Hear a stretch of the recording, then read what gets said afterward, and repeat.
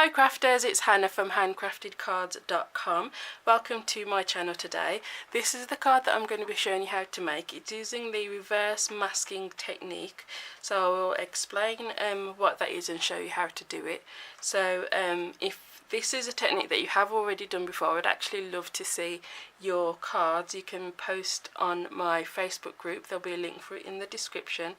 And let me know as well, leave me a comment to let me know if this is a technique that you have done before, or if it's new to you, let me know as well. I would love to hear from you. So let's get started.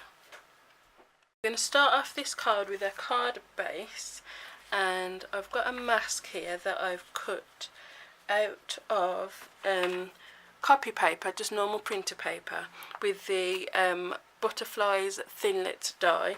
So I've cut this die out, and when I ran it through the Big Shot, I did a piece of the copy paper, and also when I ran it through I did some cardstock as well.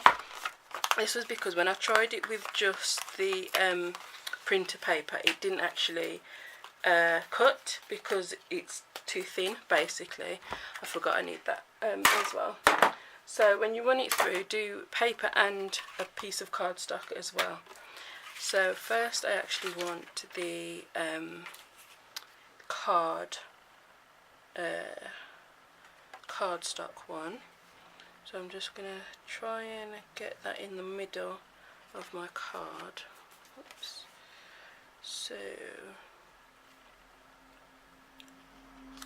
like so, and then using some washi tape just to hold it in place. Like so, and like so. And I'm going to just cover the top half of my card. So I've got some re-inker in a spritzer bottle. I think it was Melon Mambo. I've had this mixed for a while, so I'm not 100% sure. So yeah, and it's just water. So I'm just gonna, from fairly high up, I'm just gonna spritz. Oops. Whoa.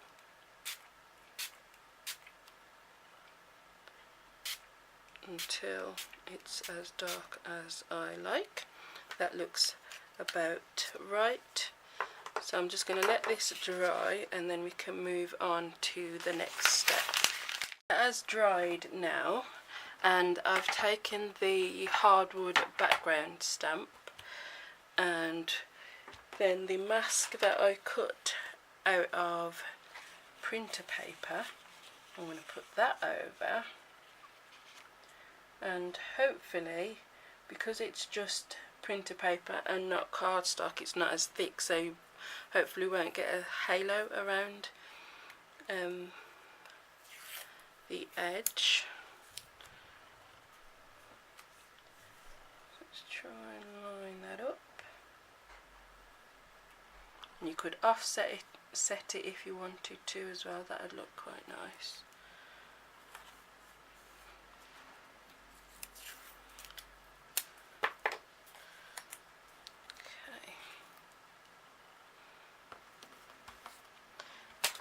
Right, so let's get this inked up. Whoops. Oh dear. Actually, I might just use my hand.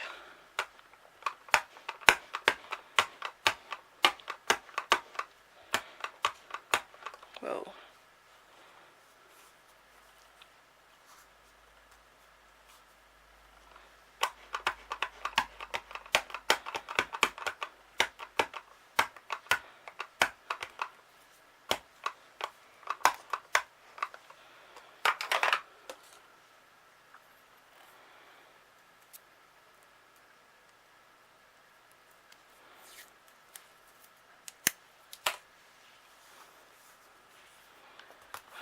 Don't want that to shift. So ink, ink, ink. And I'm going to go that way. Try and get it straight, or actually I'm going to go skew on purpose because then it doesn't have to be straight. So if I try and get it straight, it won't be straight. So if I go skew on purpose, then it's all good.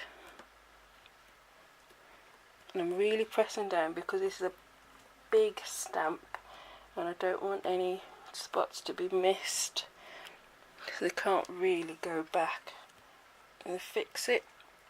I'm stood up to make sure it's really well pressed, and I'm sort of overdoing it on purpose just to be on the safe side. Ooh, I like it already. So now when you take your mask up,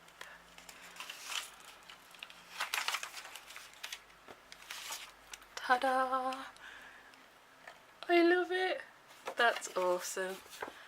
I absolutely love it. So to finish it off, I just happen to have this stamp set next to me, Garden in Bloom. So that'll do. And we'll stamp a sentiment. Let's get rid of this. So bring this in. Basic black. I think it'll fit, yeah.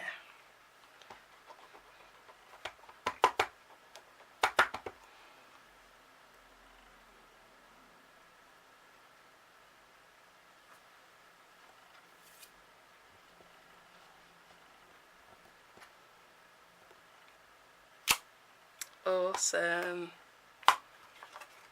And there you go. So that is a reverse stamping. No, I prefer reverse masking stamping, I guess you call it, technique.